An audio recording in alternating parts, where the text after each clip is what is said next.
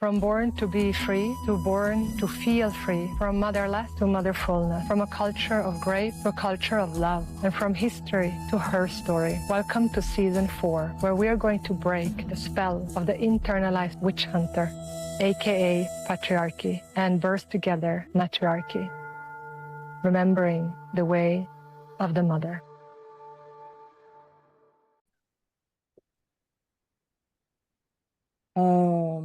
Welcome everyone to a new episode of the Born to be Free podcast. I'm Shakta Devi, and again I have butterflies. I think every time I have some butterflies, and I just say it because then I can breathe into it and I can relax, because I always get excited, a little bit nervous, and also so much joy when I get to speak and converse with incredible human beings that have walked the path, that are walking the path of Dharma, of liberation, in worship of the Divine Mother especially, and that have come here to discover their freedom and are true heroines and heroes, role models and beacons of light. And so I have another wonderful guest here with me. Her name is Tova Olsson, also known on Instagram and in our community as Saraswati Studies. And we've been in each other's field, we've heard of each other, and then we were invited to teach at the Inner Light Jyotish Festival that happened recently during Navaratri in spring. And I felt like now is really the time. I want to get to know this woman. She's been in my field, and my students have talked of her and studied with her.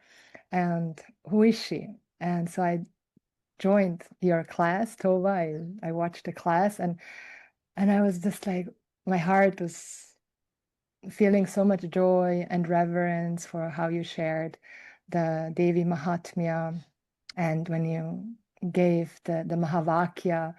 The Mahavakya means the great sentence revealing the oneness of the individual and the total, and your eloquency in the words and your beauty and your approachability. And I just felt like, oh, I really want to reach out to you and talk to you. And I think we have so much to share, and I want to invite her to the podcast. And then yesterday we had our first conversation, and we just dove right into it, into all the juicy topics. So we're like here, okay, there's so much to cover, but we trust the Divine Mother, Devi Saraswati. She'll sit on our tongue so that we can share from our hearts what's alive right now during these times where I think everyone goes through a big death, rebirth, and so I'm very feeling forward to our continuation of the conversation from yesterday. Thank you so much for being here today, and for being you, a mother of two with an extra bonus child, a scholar in religion, a yoga teacher, tantra teacher, philosophy teacher, Devi worshipper, and also finishing her PhD. And so many duties that you perform, and also a partner, as you shared with me, that you have a Hanuman in your life now. So warm welcome, Tove. And not only that, she's also from Sweden. And many of you that know me, and if you don't know me, somehow my life has brought me for many years to Sweden. I have a big karma. Maybe it's completed now. Who knows? That's another story. But Tove said yesterday, maybe your karma now is complete. But but for many years, I've come to Sweden. Many of my friends are Swedish, my students, my community. I love Sweden. And Sweden has been so good to me in the ways that I was welcome to teach there. And the Swedish people have been so sweet and loving when I started as a teacher. So yeah, warm welcome, Tove.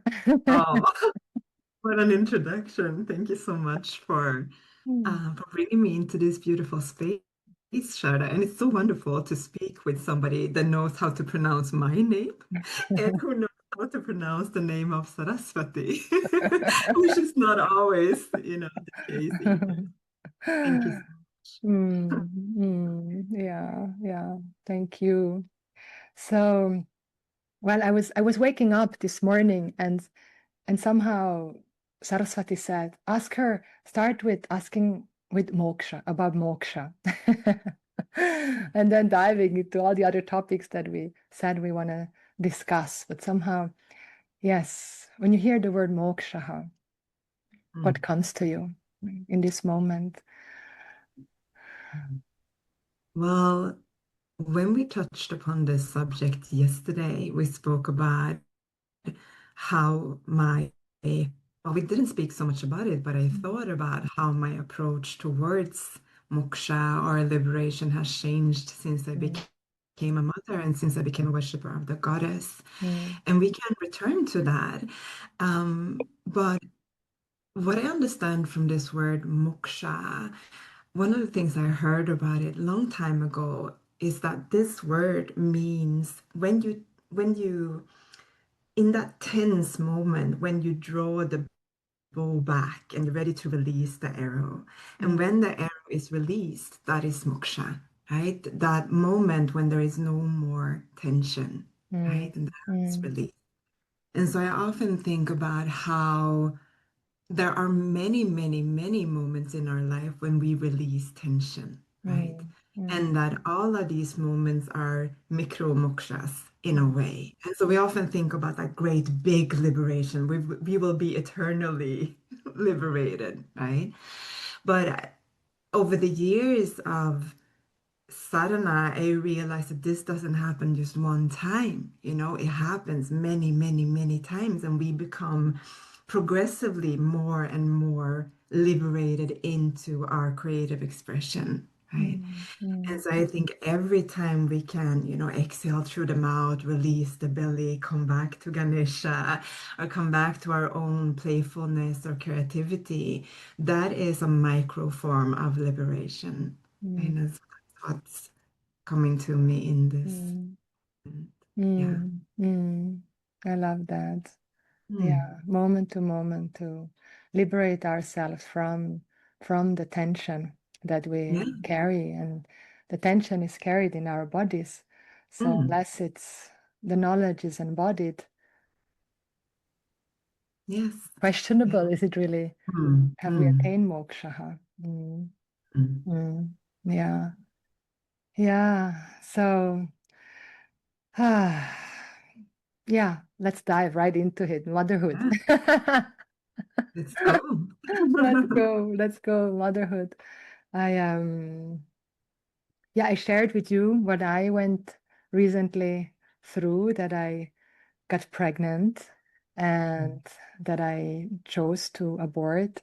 And it's the first time that I speak it out loud, like now in a podcast. And um, I don't know how deep I'm going to go into my story today, because I really want to hear about you. And at the same time, like my experience has ignited the mother archetype very profoundly in the way that I have never experienced it. Obviously, how can I? In the way that I have experienced it now when I became pregnant.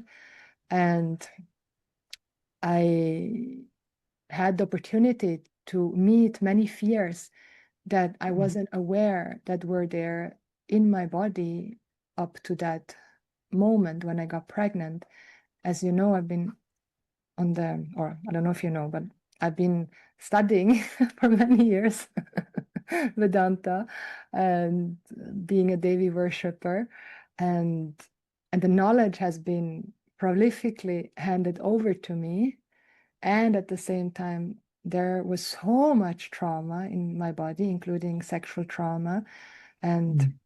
I know that you also have gone through sexual trauma. And because of that, I believe that it has ignited your deep warrior Durga goddess to protect the women and the next generation. And you've been an advocate, I think we say in English, like a advocate and a spiritual warriors in that sense, to bring awareness to certain institutions and that have abused and misused their power. And so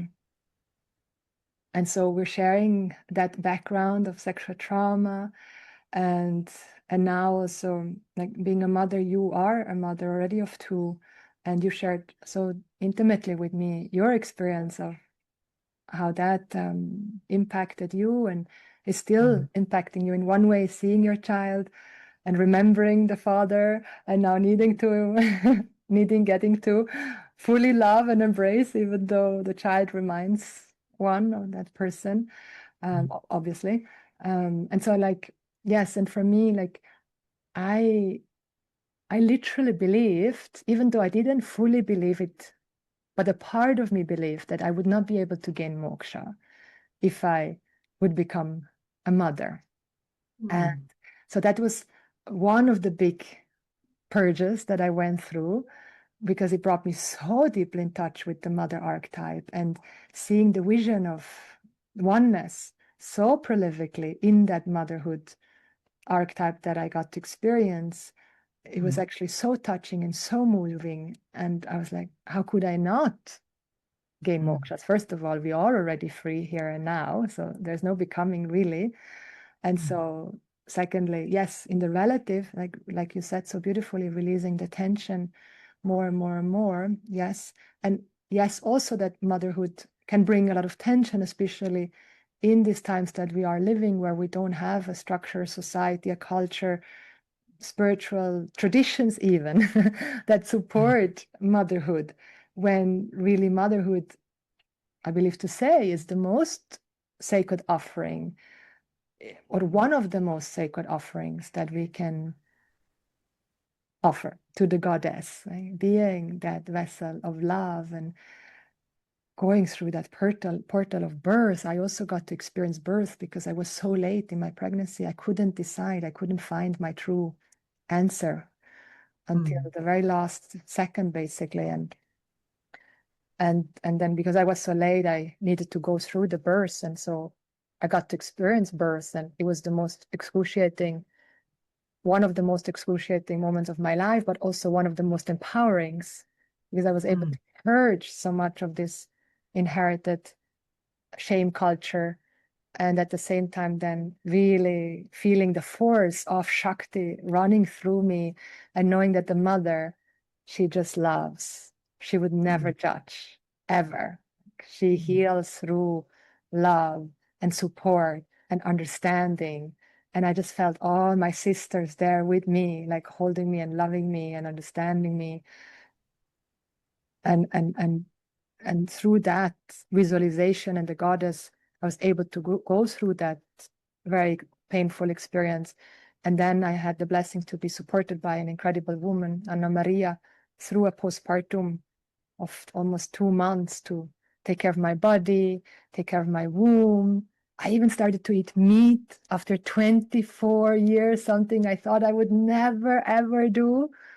But I lost so much blood and I was so weak. And even my teeth were starting to move and almost falling out. And it was just like, you got to eat meat and you got to get well. And also Anna Maria, she's like, this is going to bring you back. And then we did the ritual and the fire ritual and the water ritual. And so much healing has happened through all of that. So that I feel like I'm a different woman than I was before.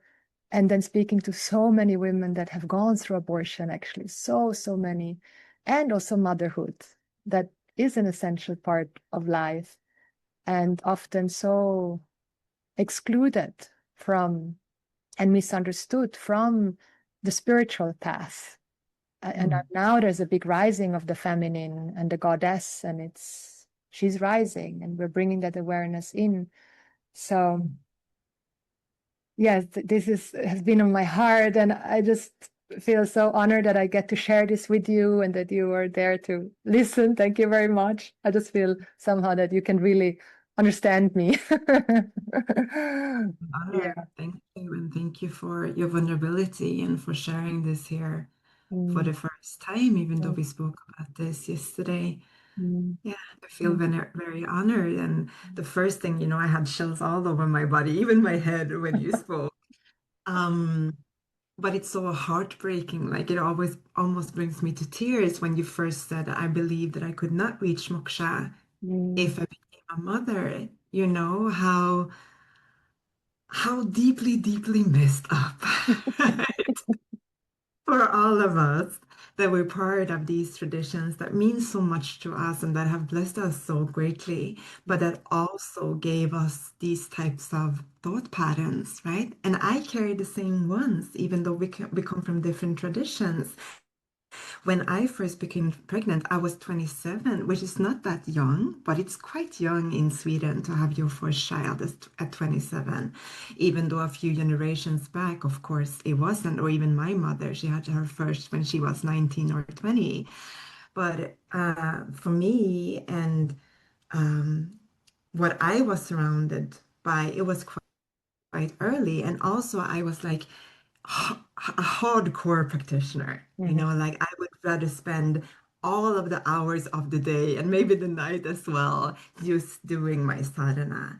And so to me, the greatest fear was not, oh, what's going to happen to my body or what is it gonna, what is it gonna be like to give birth and what is it gonna be like to be a mother, but what is gonna happen to my sadhana?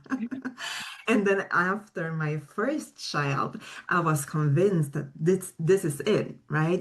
This is a great love, this is a great miracle, but one child is enough for me. Like I can handle one, but I would never have more than one.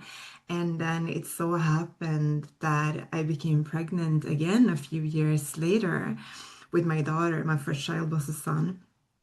And when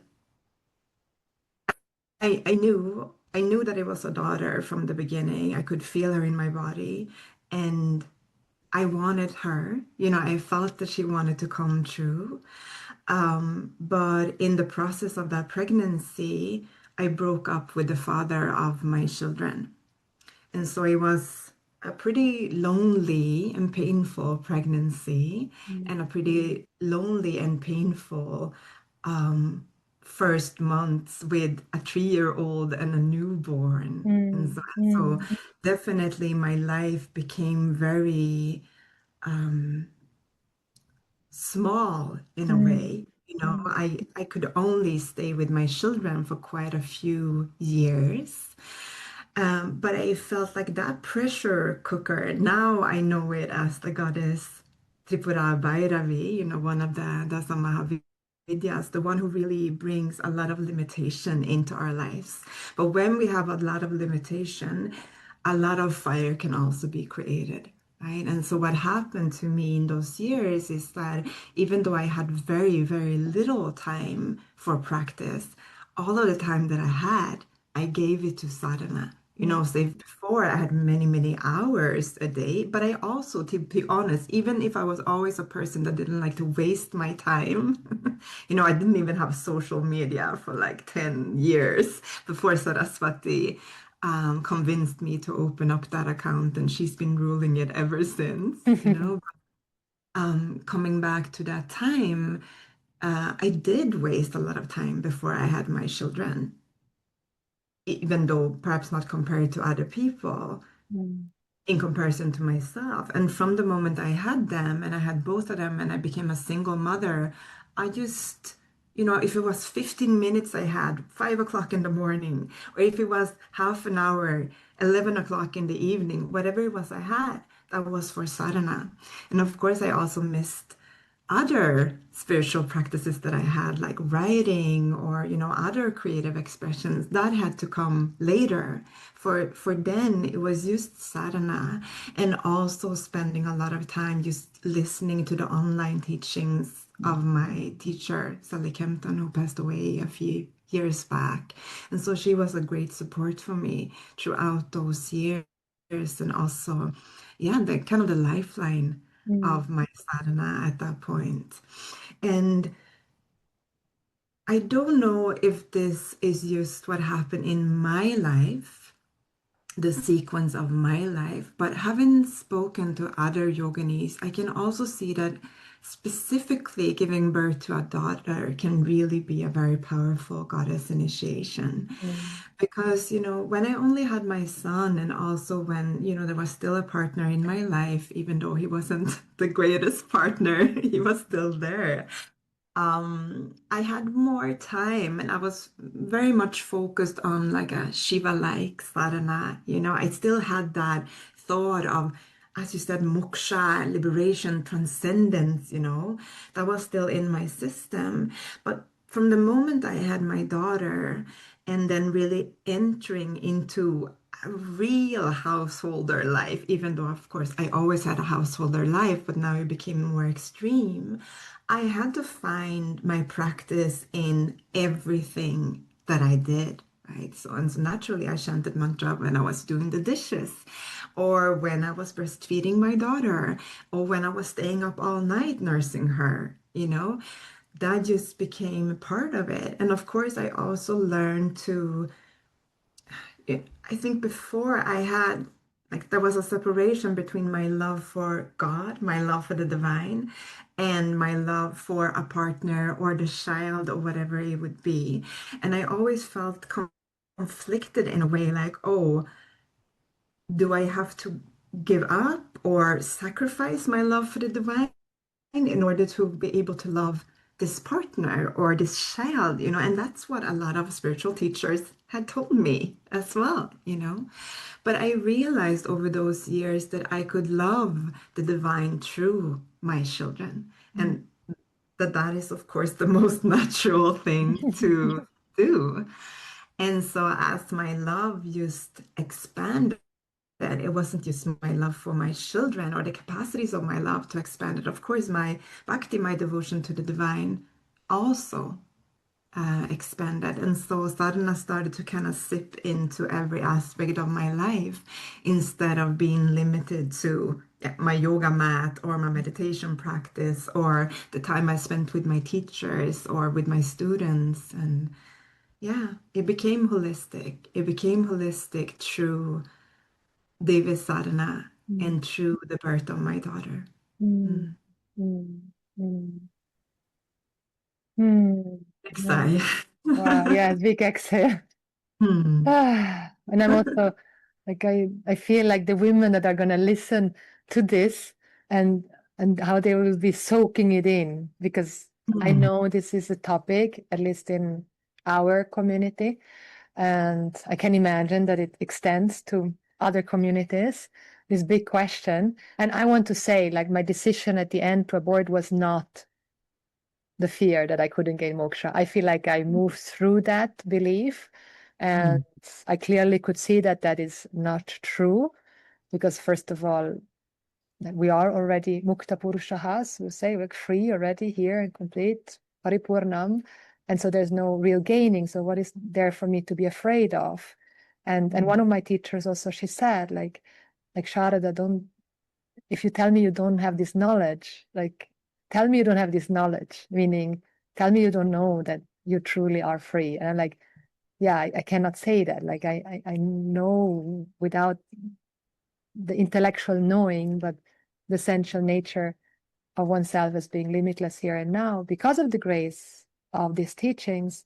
And at the same time, that is an already accomplished fact. So there's no need to be afraid of not being able to reach it. So the dichotomy of that. And then the other part, I was able or am able to understand or reason with is that, yes, if somebody, a woman, has no spiritual practice or understanding at all in any way, and then becomes pregnant, like and then gets to take care of all the duties and the child, that can be very challenging because you don't have some kind of sadhana or backup knowledge, understanding of who you are.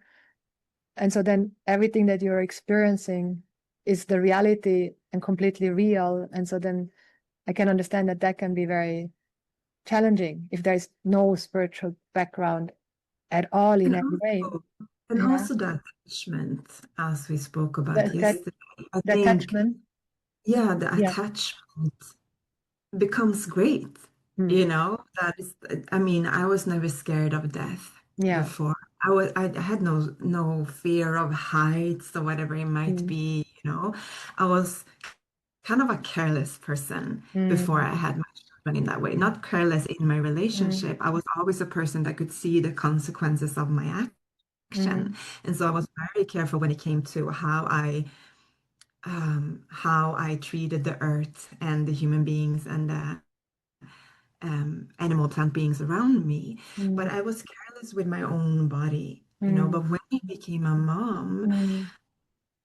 I became much more attached to this physical body and to my own life and to them, of course. Mm. So if that is a limitation when it comes to your practice or how you look at moksha, then I must say that yes, the attachment is great. I feel a great responsibility to be there for them, to protect them and carry them forwards in life, and to, in every possible way that I can, support them and take care of them.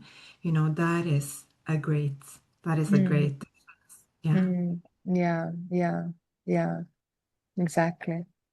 And then if that is there, and those that are listening, right? So then one can be aware that it's there and still find some time. Like I know a beautiful woman that got was pregnant and then came to the spiritual teachings, and she shared with me then like anytime she could, she would study and bring it in, and like you mentioned, incorporate what she was able to learn and put some time aside to learn and to do her sadhana and then bring it into her her way of raising the child, and it actually became so much more meaningful and so much depth and beauty. And Mm, yeah, she would never want it to be in any other way. mm. Yeah. Mm. Yeah.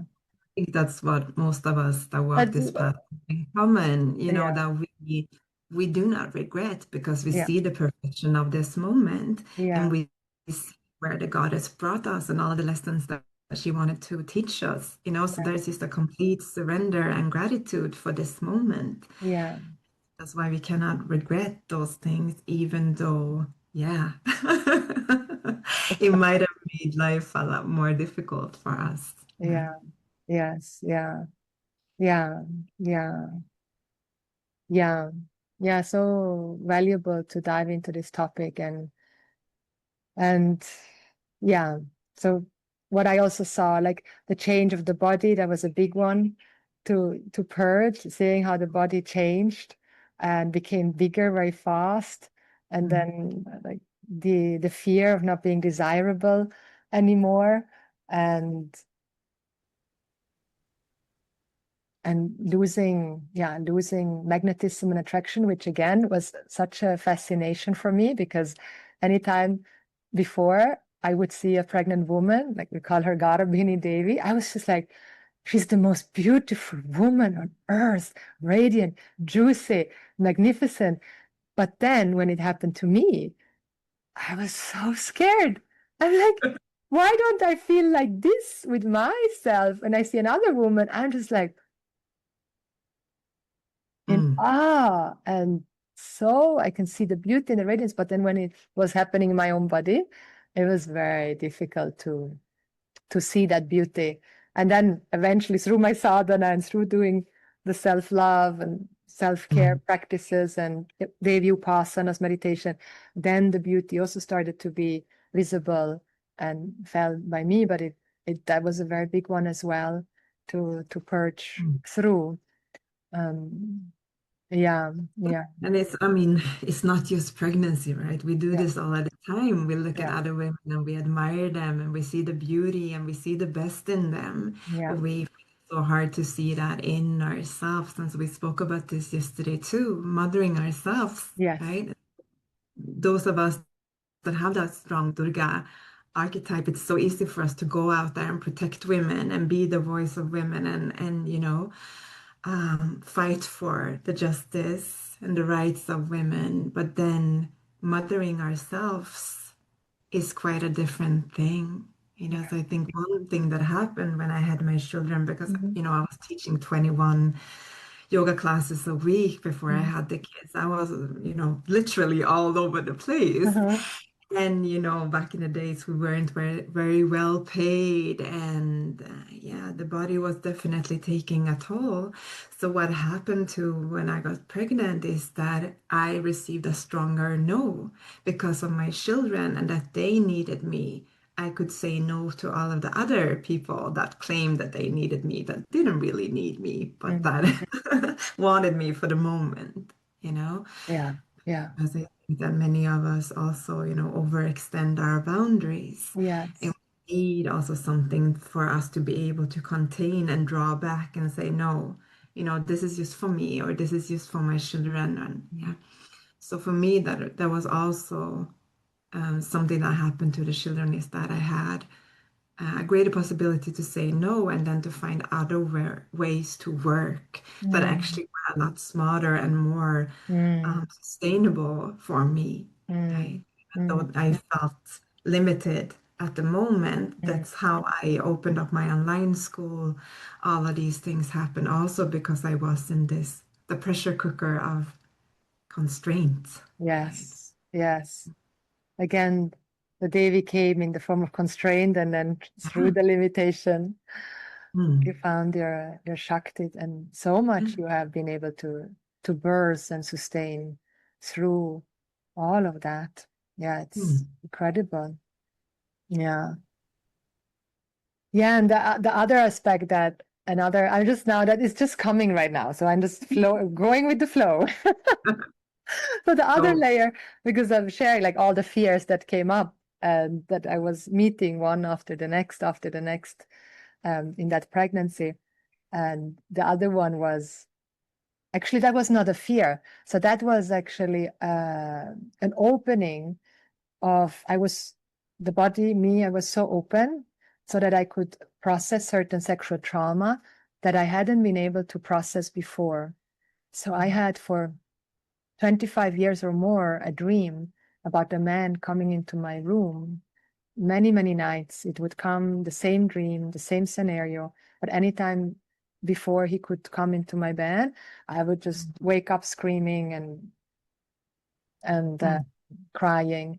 And so I was never able to meet the man in my dream.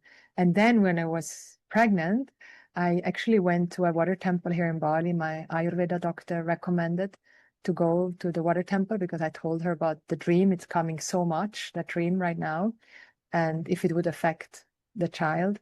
And because I was like trying to figure out, am I going to keep it, not keep it? The thing is, I never planned to get pregnant from the beginning. That was never part of my intention or Virtis desires.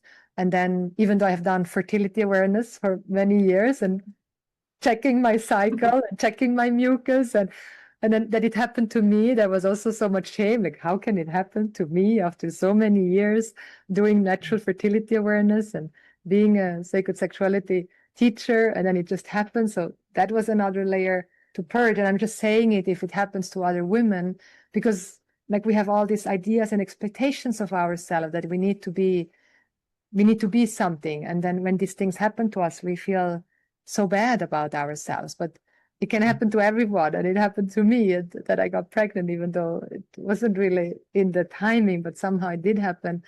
And so I couldn't just say no. I needed to like really go into the heart of it and see, okay, what is happening here? And so Mm. that's where then I went through all these layers. And then the other one was that I would go and cleanse, go to the water temple, and also again asking for guidance, and then being able to meet the fear so that it wouldn't affect the baby.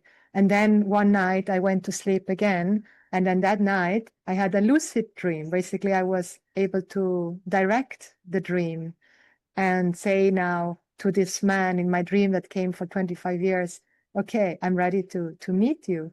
And I was able to meet him, and the memory and the vision came back that sexual abuse did happen, rape did happen, and I could see the face of the man. And it was this incredible gift that sounds maybe weird, but it was a gift because that dream was there with me for so many years. And that pregnancy also led to that release of that dream, and also the trauma that was still stuck in the body, and was able to release that. And I've heard that often, like that, not often, but I've heard it from other women as well, that through that pregnancy, that we're so open to the field and to the other worlds and other sides, that we can get this insights, knowledge, recognitions, memories. That was actually a gift from all of this. At the end, I see everything as a gift, as a lesson, and as part of the samskara or the karma that one gets to resolve in one's life. But that was a very big one for me to digest or to be with. And sexual trauma has been a huge topic in my life, and I know in so many women's life. I believe I dare to say that we are all sexually traumatized, actually, even if we believe we From the culture we live in, from right? the culture we live in. Right? Yeah. Would you say that as well? Yes, Yeah. absolutely. I think the women, I'm turning 44 this year, and I think definitely the generations before us, but also my generation, what we grew up in, what we saw in media, what we got through the girls' Mm, magazines, everything that we were surrounded with was full mm, of misogyny, mm, right? Of course, the world today still is, there's a lot of pushback, there's a lot of crazy movements going on right now, and that's kind of what my PhD is about. It's about the construction of gender. mm, But in that construction of gender within contemporary tantra, like how we talk about masculinity and femininity, there is a lot of expectations on women being in a certain way and men being in a certain way, and this is kind of a pushback against equality, right? Or against gender fluidity, where people are being asked to come back into more traditional gender norms, among other things. mhm, mhm, So yeah, that's that's one aspect of mm, the work that I do, right? mm, Really mm, trying to shed some light on what is going on in mm, the spiritual world, and that it might not be so innocent when we talk about, women being associated with receptivity, for example, and men with consciousness, as people often want to say. Like, yeah. where do we really get these ideas from, and what really happens when we begin to embody them? And so I'm an advocate of freedom there as Mhm. well. More relaxation, more freedom, more creativity. Yeah. And more knowledge about where we get our ideas Mm, from. mm, Right? mm, mm, Yeah. mm. But we Yeah. spoke about yesterday, I Mm, do believe that the goddess is mm, very playful. And if we teach womb wisdom, for mm, example, if we teach about the yoni, if we teach about these things, she will give us ways to deepen our knowledge mm, and to have an experience that might not have been the experience that we would have mm, chosen voluntarily, right? mm, But at the end, our experience and our capacity to help others through that experience deepens, right? mhm. And I Yeah. really feel that's what happened to you. Mm. Mhm. Yeah, very, very, very much so. Done all this Mm. women's work for so long, but didn't know that there were so many abortions that, I mean, pregnancy, yes, but not abortions, that so many Mm. women in my umfeld, in my field, actually have gone through abortion. Most women that then I shared with, my dear sacred sisters, students, friends, my blood sister, my mother. It was very special to also share with my mother. She also had gone through abortion. And and to a few sisters that I had shared, like the moment I shared, it also still triggered a lot of pain. I could see how much unprocessed pain there is, because many women haven't done the postpartum the way I did. I mean, maybe it's not every time needed 2 months postpartum the way I did it, Mm. because not every woman goes through like a literal birth when they abort. And there are different types of abortion, and then sometimes it's in an earlier stage, so then it has also a different effect. But it still has an effect for every woman. There's a huge imprint, and I learned that it's so important to recognize that child as a child, actually, that it's now in family constellation. It is considered part of the family, and that Mm. it's recommended to give a name to it, Mm. and to include it in the awareness, in the constellation. And then from in my way, or in my circles, I did then all this womb healing, and I communicated with the spirit and did the rituals, and did even the rebozo, that rebozo ritual where I've been wrapped into all these beautiful sarongs and closing the bones. And I Mm. had heard of it before, but I've never done it. So when I did it, it was so profoundly healing and truly closed, completed. And I was so grateful for being able to experience that.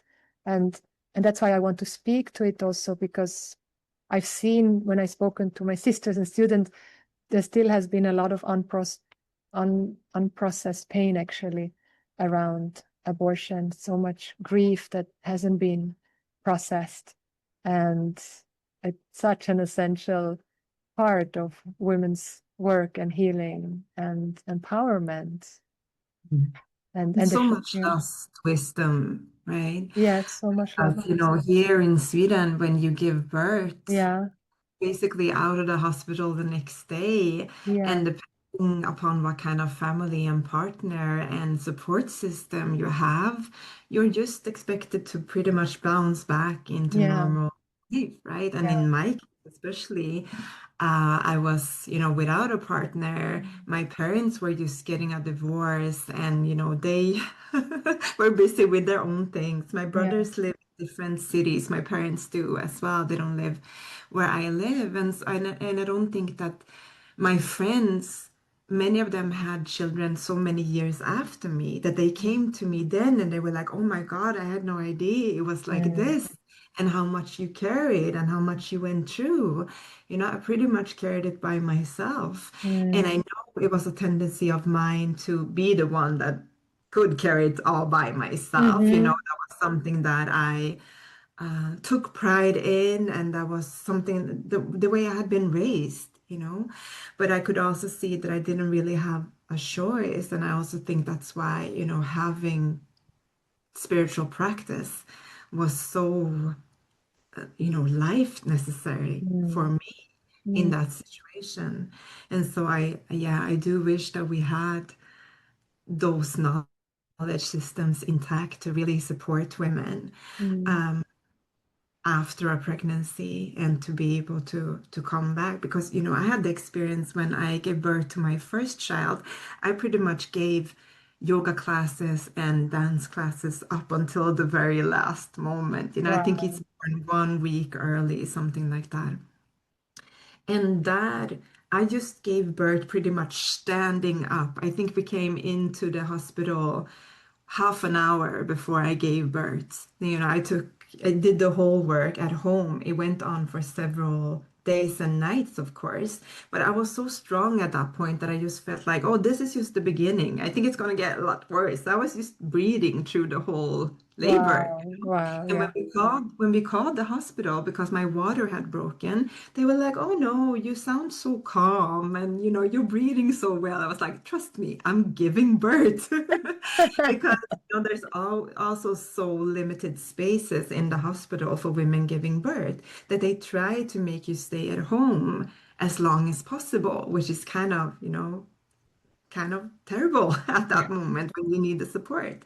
And so I eventually convinced them that I needed to come in. And I basically gave birth, half an hour after coming in, standing up. And I was like, oh my God, this is happening. But afterwards, I had so much adrenaline in my body because I didn't have the chance to get any pain killer or anything like that, any support with the labor. It was just happening. And so I felt very, very, very strong and almost high from that experience afterwards. But then giving birth to my daughter 3 years later was completely different. That was a very, very, even though I also did that without painkillers and also, did it in a natural way, so to speak. And then too, they tried to send me home from the hospital. I was like, no, trust me, I might not be that open, but I'm having the baby and it's coming now. So it was kind of a traumatic experience, both of them in that way that the hospital didn't really have space for you, or they didn't really take your experience seriously. And my partner wasn't a great help or support, but still I had a capacity in the first birth just from the strength of my young body. And then the second one, it was more difficult, but then also so, so, so very sweet Mm, after having her, because then I knew this is my last child. You mm, know, I have a son and I have a daughter, and I experienced both of these pregnancies and labor works, and yeah, they were very different, but they were both very, very sweet in different ways. mm, mm, mm. And how was your postpartum care? Did you have some support and or not No, yet so much no, aware at that time maybe of the no, need? I don't think the people around me were aware at Mm, all what mm, that meant, mm, and I think even more when going back. I always call this defending the curse, like we see this within academia, like, oh, PhD students are always badly treated. And so we continue to treat them badly because that's the way we were treated, mm, like a lot of scholars will think like this, like, oh, I had to go through that. Like it's mm, kind of an initiation, and then other people have to go through it as well. Or if you had, a really strict yoga teacher, then you teach your students like that because you think that's how you learn, or that's why you have to go through. And the same thing with giving birth. I think my mother or my grandmother, they didn't even speak about this. They didn't have any knowledge about what pretty much menstruation was, or what giving birth meant, or all of this indigenous knowledge, so to speak, was left behind, and now there was just shame and mm, silence around these processes, right? And so for me, even to speak openly about this in my family was kind of revolutionary. mm, But I mean, I don't want to speak too much about my mother or grandmother's experience because, obviously they're not here, and they're mm, still alive, and so, but mm, I know my mother's experience, what they just cut her open, mm, like they just didn't even get her the chance to decide what she wanted to do with you know her own womb and her own yoni. They were just like, oh, this is the way we give birth now, and they just like cut her open, and you had no saying in that. And so I think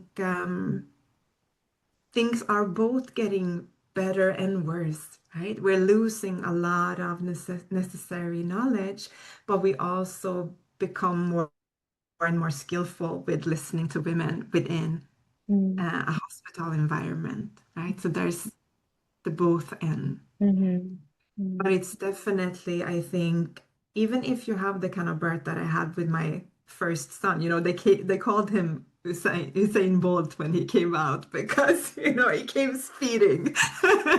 He came speeding once we were in the hospital, and his father is Jamaican, but the father of my children is Jamaican. And so they called him Usain Bolt. So that was like, oh, they were like, oh, she gave birth for the first time like this. It's like a powerhouse. But it's still a traumatic experience. You still go through a lot. I mean, I was high for several hours, but then in the afternoon, I gave birth in the morning, and then in the afternoon, I started to vomit and mm, had a fever. because my body was still overwhelmed with everything it had gone through. So I think support is always needed, and we always have to treat birth as a form of physical trauma, even though it might also be, extremely empowering and beautiful in so many ways. Yeah. Yeah. Mm. Yeah. Yeah, I'm just tuning in now. What I feel it will be too big now to go into or to share like what was actually the reason, like now going back to like my reason that I did abort, but maybe I do mention it. There's some other pieces that were there. Of course, the mother wound came up very, very, very, very strongly during the pregnancy, that the fear of failing as a mother, that was a big one to purge through. And then among other ones, but then I kind of purged through all of them and said that that's not true, all is going to be well. But then actually what at the end then came through was that at the time of pregnancy, the environment was not very sattvic, and there was a lot of rajas, a lot of anger there from the man's side, a lot of unprocessed anger, and that was living in my body. And we had an experience that was very scary for me, and I tried everything to neutralize that, be with that fear in my body. I did even specific samskaras ritual to go back to that moment of conception around, and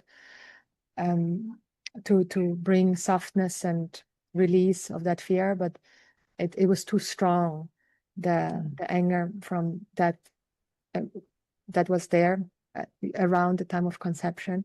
And I don't go into much detail because also I want to honor the relationship, and I'm not together anymore with him, but we are good friends, and we were able to uncouple in very, very loving ways. But it was a painful moment. Yeah, for him, he did want actually to keep the child, and I didn't, and I had to be fully honest that like one of the main reason now, after having worked through all these things that we talked about now, and was that there was a lot of anger and in my heart, because of the path I've walked this last 20 plus years, knowing that the samskaras, like that the imprints that are there at the time of birth or before, and then also during pregnancy, they all have such a profound impact in a human being's life. In the Vedic tradition, we do 16 samskaras, 16 rites of passage for the jiva, the individual, the soul, to be welcomed. Like the mother and the father, they have a mantra, they chant together and look at the stars and the moon at night to call in the being, the child. So just before conception, like we would go through Ayurveda treatment, through a panchakarma for 1 year, for the bodies to be healthy, for the sperm to be the strongest, and the egg to be healthy. So the panchakarma is an Ayurvedic ritual, as you know, but I'm saying it for our listeners. So like a 1 year and more preparation, so that then when the virti comes, the thought that we want to have a child, then there's a ritual that is done. And then at the time of conception, there's a ritual. And then when the baby's in the womb, there's a ritual. And then at the time of birth is a ritual. And that's what I've been doing for 20 plus years, holding this kind of samskaras rituals for my community, and leading the priestess training here in Bali for many years, going exactly through those samskaras to make up for what we didn't get as an individual, so that we can integrate the little one, the inner child, and grow up and be healthy, integrated, mature human beings, so that then the spiritual knowledge or wisdom that we are whole and complete and one with all can really abide. Because if we said, if we don't have a healthy ego and healthy self-esteem and love for our body, if the vessel is not strong, the wisdom, the knowledge that we are limitless and one with all, it cannot abide. And so that was where I'm coming from, knowing how important that is. And so then my true answer was no, even though many people said, like, you're going to do this and there will be so many blessings. Even the Jyotisha astrology said there will be blessing, but it was my true answer. And it took so much courage for me to really stand for that, and knowing that it's hurt someone, and me having been a vegetarian, like not killing animals and not wanting to eat animals because of that ahimsa vratam, that vow of causing what is least harming. So that was a profound moment for me to then decide and against it, and still love myself through it, and free myself from the guilt and the shame and the punishment. And I did all the rituals that helped me so much. I was in Malaysia, and the clinic was actually right at the Hindu temple. So there was Murugan and a Swayambhu Lingam and Ganesha and Hanuman and Durga. And for 5 days I was there at the ground being with, and the spirit, when I talked to the spirit, it just said, don't worry. Like, I came here to bless, to heal this trauma, to empower you. And that was my own little story. Like, in my story, it's like the jiva just gained moksha in my womb. It just needed one more last birth. Like, we have the story from Yeah. the Vasus, like Sati Ganga Devi, who needed to kill 7 of her children, that needed to take one more last birth before they could go back to Devaloka. So that was my way of healing and processing, and some way maybe say, well, that's just an excuse, but for me that is very real in my mind and in my heart and my womb, and I don't feel any shame from actually the being in any way. It's just more the culture and the church, even though I never grew up really Christian, but I'm Filipina, so the Catholic still has been very strong in the Philippines, very, very strong. So it still was part of my purging of that Catholic And church. it's Yeah. part of one of the many layers of shame that are Mm, put upon women, right? mm, And mm, how can we be a great support for other women and tell them that they're inherently worthy when mm, they go through processes like this, if mm, we haven't been able to love ourselves through these processes, mm. right? So Yeah. again, what does it take to be a priestess Yeah. in your case? Mm, mm, Sometimes mm, sometimes it takes a lot, like mm, really going through those processes. And for me, being a teacher, a Shakta Tantra teacher, I could never teach about, I wouldn't dare mm, speak about Kali or speak about Dumavati. Now I'm gonna cry because I mm, always cry when I speak about Kali. If I mm, hadn't gone through those processes, mm, if I hadn't, gone through processes where I had to deeply surrender even my hope. When people told me, oh, things are going to get better, or, I'm sure that just around the corner, there's, something great is awaiting you. I was like, you know what? I need to not even believe in that. I have to completely surrender even my hope. And this is the initiation that I knew that I needed, right? And it wasn't easy at the time, but I'm here now, mm, you know? And we're all here now to tell the stories and to support other women that, yes, you know, this is also part of her love. It's like when we speak about the Dasamavidyas, for example, the 10 tantric wisdom goddesses. Vidya means mantra. It's the feminine form of a mantra, but Vidya is also a particular form of knowledge. And look at the particular form of knowledge that you were granted. It could never just be intellectual knowledge. Like, there are some things that we can never teach about unless we've had that specific life experience, right? And we would never choose it. As I said before, we would never choose it voluntarily. And it wasn't easy, even though you're saying now, or that Jiva came to gain liberation through you. That's a possibility, right? And some people might be provoked by that. mm, But you have the knowledge now. You know how it felt like in your body. mm, And so you can speak truthfully about that, and you can support other women who, feel shame, who feel unworthy going through that process. And that is so beautiful. Yeah. mm. Shema. Jema. Jema. Yeah. We didn't know our conversation would take this turn. Like two Saraswati devotees with years and years of practice, and we just end up speaking about. Ah, Yeah. Yeah. Exactly. I think that's yeah. Yeah. yeah. Yeah.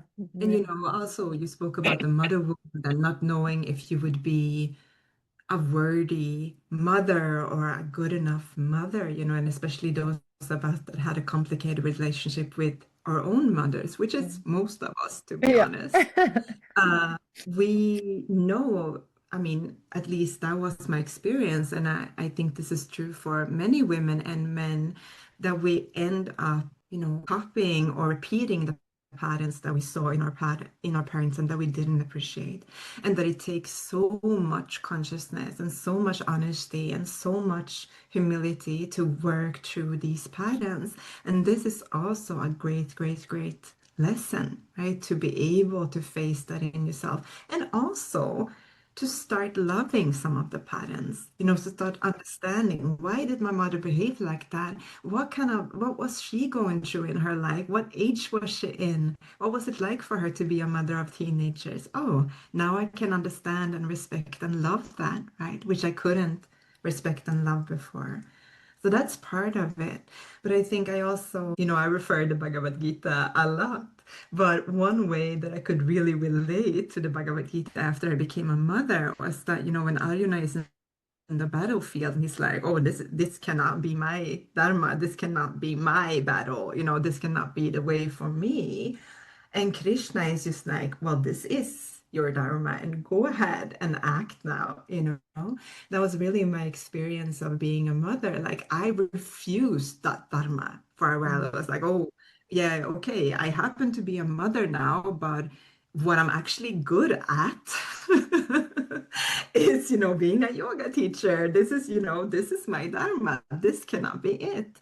And then I had a yogini sister telling me, motherhood is your dharma. And it was even though I was a mother, obviously, it took some time for me to fully integrate that, as I said, and to make practice every aspect of my life, but to also really surrender into the fact that, all right, this might not be the thing that I think that I'm best at, quote unquote, Yeah. but it's what needs to be done, right? This is my duty at this moment. And how can I surrender into it, right? And so people also told me when my children were young, like, oh, they might not appreciate you right now, and they might not realize what a great mother you are, but in time they're going to thank you. And I was like, you know what? I am fully okay with if when they are adult, they choose to, or when they get older, they choose to live with their father, or they think that I was the worst partner, and I don't want to say take his side, but you understand what I Yeah. mean. Um, in all of this, I was just like, well, if it's one thing that I learned from my sadhana, is that I'm just doing what needs to be done. I'm just doing my dharma out of love, regardless if I'm going to be valued or compensated for it. I cannot predict that. I do not know how my kids are going to feel in 20 years. Now they're teenagers. I can see Mm-hmm. what kind of beings they're becoming, which is of course very different from when they were small children and they were, practicing with me and we were chanting together and I was telling them the mythological stories and, now they're choosing their own ways in life. But at least I laid the foundation that they can return to. And now the doorbell is ringing. We'll see if one of the teenagers get out of bed, crawl out of bed, and open it. Otherwise, I'm just gonna be like, they're like vampires. They hardly get up nowadays when the sun is out. I think it's just so overwhelming to be a teenager Yeah. at this time, right? It's like it's So I imagine it's just, I mean, I remember me being teenager and now being teenager. It's just so overwhelming that we need to sleep so much because it's too much to Mm, digest. mm, mm. Oh, absolutely. Yeah. Yeah. I don't know where we ended up in Yeah. that conversation. I'm sure you'll bring us back. Yeah, yeah. Yeah, but No, but understanding the mother, right? And then you're not in charge actually in yeah. how the child becomes or in what it will develop Or into. how they will look upon you. You Yeah, know, you can just do what you can do at the moment out of love, and yeah, then who knows what they will think of it yeah. later on, or if they will, reward you for it. I think that's been, Mm, karmic parent pattern, of course, less now in Sweden because we're not so dependent upon the family anymore for good and bad, for good and worse. But I think parents throughout the ages have done something to get something back yes. from their children. And I can sometimes see that in my partner, the partner that I live with now. And I think it's very common for children, for parents to feel that way. But I think that I've honestly let that go with my children. I'm just doing everything that I can for them. Mm, And mm, and yeah, that's part of the release to mm, not know what they're gonna do with that. mm, And just hoping that they will be happy. Right? yeah, yeah. Yeah, and that in Bali is very strong. They live so strong in the Vedic myth and then needing to have a child so that they do the last Shraddha karma for Exactly. them, the last Mhm. rite of passage, Mhm. the death ritual. So there's a lot of Mhm. attachment and agendas and expectation Mhm. towards the Mhm. child from the Which is parent. also, it's Mm, also beautiful, mm, but mm, yeah, there's a mm, lot there. And it's something I learned from when they were very young, mm, mm, So, the little time they would spend with their father, they would come back, like especially my son, he'd be like, yeah. "Oh, everything is better when I'm with my dad." It's Oh, like, okay, well, he has a yeah, strong attachment to his father and he identifies with him and he needs to as yeah, a boy. And he knows very little about what it means to spend more than one day with his yeah, father. And yeah, that's just something that I had to accept. yeah, yeah, yeah. Ah, yeah, Mm, to all our children, right? And that they are safe and protected and mm, they feel yeah. loved. Yeah, Mm. yeah, Yeah, that's all we can ever pray for, yeah, and that's yeah, what I pray for. Whether they're with me or they're somewhere else, I just pray that they feel loved and mm, that they are safe and mm, that they also get to follow their dharma, mm, and that they keep good company. That's mm, what I pray for my mm. children every day. Wow, thank you so much. I feel this is a wonderful conclusion for now, and there's so many more topics I love to dive into next time. I'd love to invite you again and again and again and again. And we even talked yesterday about maybe doing a yatra together, a retreat. Let's see if the goddess thinks the same. Let's see. But I Yeah, I think have a yeah, feeling she does. I think so too. Here in Bali together or in India, but I Yes, think Bali really. actually. I really somehow, yeah, or in Sweden also. I mean, I come to Sweden every year, and so that would be an honor. And I know I feel it. Yeah, it would be an incredible merging and Mm, value. Yeah, mm, and so let's see. And in the meantime, until that manifests, like there's mhm. many ways that people, Devi Deva, can study with you. You have courses. Is there anything particularly that you would like to invite to or guide towards? Well, there's a lot of courses for self-study That's at my platform, Saraswati Studies. yeah. But what I am teaching a few, I don't know when this is going to be released, but if it's Mm, released in April, I'm teaching a few classes on mythology, mantra, and meditation, Diri yoga classes in April. So one class on Ganesha, one on Hanuman, one on Parvati, and one on Lakshmi. So small 60 minutes classes that you can join to see what it's like to study with me if you're interested. And then I have a longer Dasamahavidya course coming up in the summer, starting in June with New York, which is an Indian platform.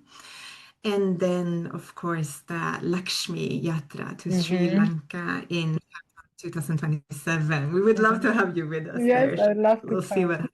come. And all of those who are listening, this is, as I said, a Soma retreat where we're really bringing back the Jews into life. We're going to visit a lot of Lakshmi temples. I'm going to tell the stories from the Ramayana and different Lakshmi stories. And we're going to paint the Lakshmi yantra with Mavis, who is a brilliant yatra teacher. She was a student of Hari Shuhari, so she's really a lineage holder. And yeah, it's going to be beautiful. So you can reach out if you want any more information about any of these offerings. Wonderful. What a grace. What a grace to be able to bathe in these jewels that are priceless and support in every possible way one's journey and life.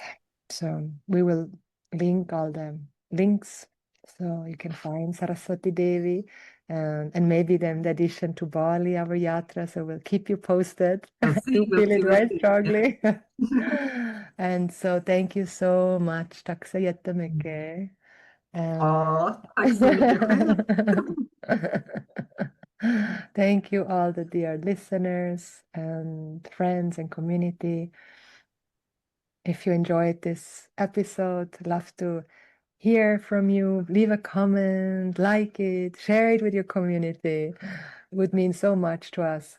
And always welcome to join me as well in the Devi Temple or in the Muse Golden Womb. There's many ways to be in my Devi world as well. So welcome and sending you all the love. Jai Ma. Jai Ma. Jai Ma. Thank you so much, brave heart, child of this earth, heroine and hero of your own myth. If you want to stay in the loop, join the Mother Online Village. It's a free Telegram group where I share almost daily Eros medicine potions. We're hosting Mother Greeting Circles. And also it's a really great way to stay updated with everything that's happening in our world, in Devi School. We are now preparing for the upcoming Navaratri festival. Navaratri means 9 nights of the goddess, and for the very first time we're gonna celebrate it and honor it here in Mother Bali in person, as well as online hybrid. So also in the Mother Online Village, we'll share all the updates so that you can join the field. We have a shared vision, and the vision is to birth actual, real mother villages, beginning in Bali, hopefully in the Philippines, India, and the rest of the world. We're birthing our own Satya Yuga within this Kali Yuga, where mothers, children, women are at the center, a temple for womb healing and restoration of dignity.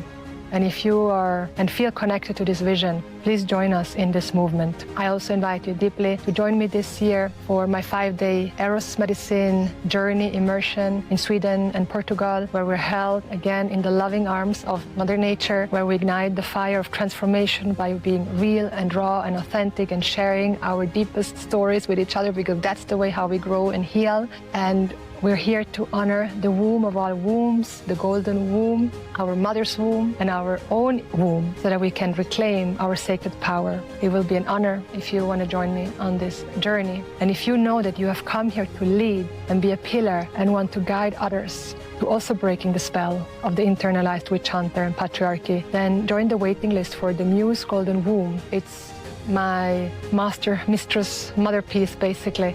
It's a 1.5-year container where you become a certified trauma-informed sacred sexuality Devi coach. Devi stands for devoted, embodied, vital, and integrated coach. It also stands for Devi, the goddess.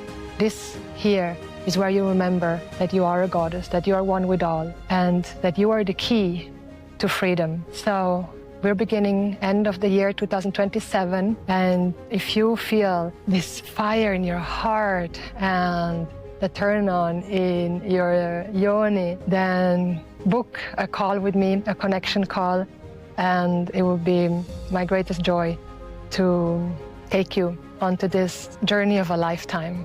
There's really nothing like that outside there that I have seen that combines Vedic wisdom, sacred sexuality, orgasmic birthing, natural fertility awareness, herbalism, family constellation, somatic experiencing, and so much more. So it is really an incredible opportunity. And if you want to hear some of the stories of the muses that have taken the journey, just reach out. They would love to talk to you. If you loved this episode, if you love the Born to Feel Free podcast and the Born to Be Free podcast, if you love it, please share it with your family and friends and comment here what has ignited in your heart. Thank you so much for being you. I love you. You're beautiful. And see you next time. Jai Ma. From my heart to yours, deepest gratitude for your presence. May you follow your wildest dreams, live your highest purpose, and expand into the infinite, because that's what you are.